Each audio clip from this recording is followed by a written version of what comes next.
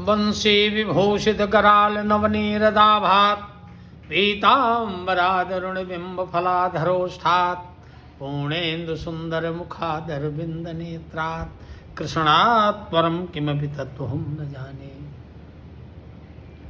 आज मैं एक आदर्श नारी के संदर्भ में कुछ वृत्तांत, कुछ कथा आपको बताना चाहता हूं। नारी नर की वह शक्ति है जो उसकी अंतरात्मा में विलीन होकर के पुरुषार्थ को प्रदान करती है। जैसे मां पार्वती, उन्होंने 100 को शिव बना दिया। जैसे राधा भगवान कृष्ण को कृष्ण बना दिया।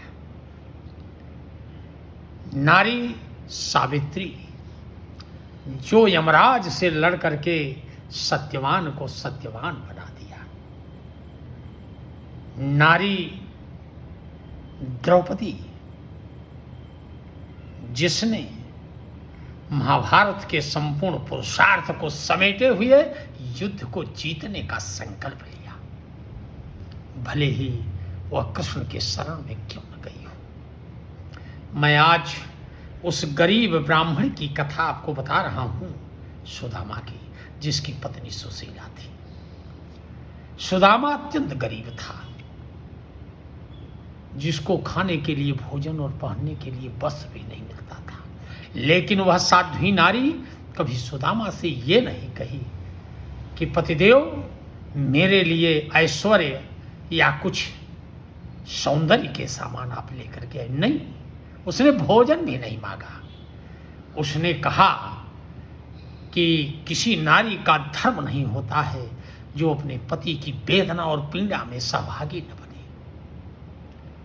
आजकल तमाम नारियों को आप देख रहे हैं, और तमाम ऐसी नारियां हैं जो कथावाचिका के रूप में भी सर्वत्र परिभ्रमण कर रही हैं। जिसमें एक देवी चित्रलेखा, नाम तो चित्रलेखा लिखती हो, देवी नहीं जानती। देवी भगवती ने 60,000 वर्ष तक तपस्या करके केवल बिल्वपत्रों को खा करके अपने पति को प्राप्त किया था। पति शिव था। देवी तो तुम लिखती हो, लेकिन देवी का स्वरूप क्या था? अगर पुष्पवाटिका में सीता ने राम पर को एक बार देख लिया और मन में राम को पति रूप में स्वीकार कर लिया, तो फिर उसने किसी परपुरुष को वर्ण करने का संकल्प नहीं लिया। नारी देखना है तो रुक्मिणी को देखिए, जिसने कृष्ण को मन ही मन पति तो स्वीकार कर लिया, बना लिया, लेकिन राक्षसों के बीच में रहते हुए भी उसने अपने संकल्प और धर्म का परित्याग नहीं किया।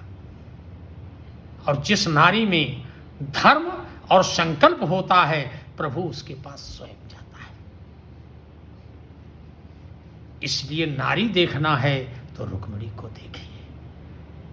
रुक्मिणी ने कहा था कि भले ही मुझे अपने प्राणों का परित्याग क्यों न कर देना पड़े, मैं भीष्म की राजधानी में अपने जीवन को क्यों न समाप्त कर लूं, लेकिन अगर जीवन साथी होगा तो वह कृष्ण होगा।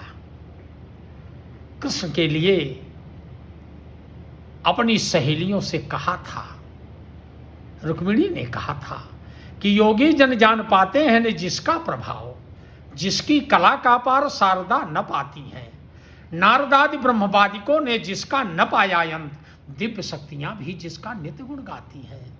शंकर समाधि में सदा ढूंढते हैं जिसे, श्रुतियां नेति नेति कहकर रह जाती हैं।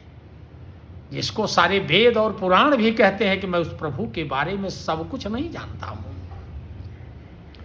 यही तो सीता ने कहा था स्वयं जनक से, जब स्वयंवर था। उन्होंने कहा, सीता ने कहा कि कमठ पृष्ठ कठोरमिदं धनुर मधुर मूर्ति रसो रघुनंदन कथम धेज्य मनेन विधीयताम अहतात प्रणस्तव दारुण भोतातः तव प्रणः दारुण केन प्रकारेण धैर्यम धीयताम। वह भी एक नारी थी कि कैसे आपने जो प्रण किया है वह प्रण कैसे पूरा होगा। मधुर मूर्ति रसो रघुनंदना, भगवान राम की जो मूर्ति है कितनी मनोहर है, कोमल है, और कमट पृष्ठ कठोर मिदम धनुर, कछुए के पीठ के समान यह कठोर धनुष है। कहाँ धनुष की कठोरता और कहाँ राम की मधुरता। कथम धैर्य मनेन विधीयता, कैसे धैर्य का धारण करूं। तब विश्वामित्र ने कहा कि सीते चिंता मत करो, यदपाद पंकज पराग सुराग योगिर वृंदैर्जितम भव भयम जित काल चक्रई और यन नाम कीर्तन पराजित दुख शोका देवास्मेव शरणम सत्यम प्रपद्ये।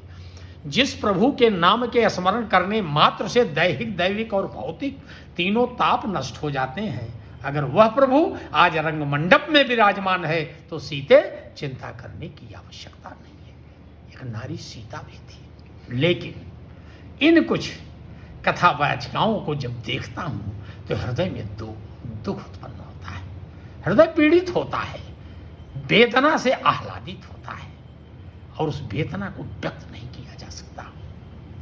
हाँ, वाणी से तो आदर्श निकलता है कि मेरे पिता मेरे माता जो कहते हैं वो मैं करती हूँ, लेकिन युवावस्था के सागर में डूब करके कोई नारी जब वासना की बसीभूत होती है तो वह देवी चित्रलेखा और जो अन्य कथावाचिकाएं हैं जिन्होंने बिना माता पिता के आदेश के, बिना संस्कार के, बिना संस्कृति के, बिना धर्म के, कभी तबला वाले से तो कभी हारमोनियम वाले से तो कभी सरंगी वाले से वो शादी विवाह करती हैं। धर्म क्या होता है, कर्म क्या होता है ये नहीं जानती, जबकि भागवत का प्रवचन करती हैं।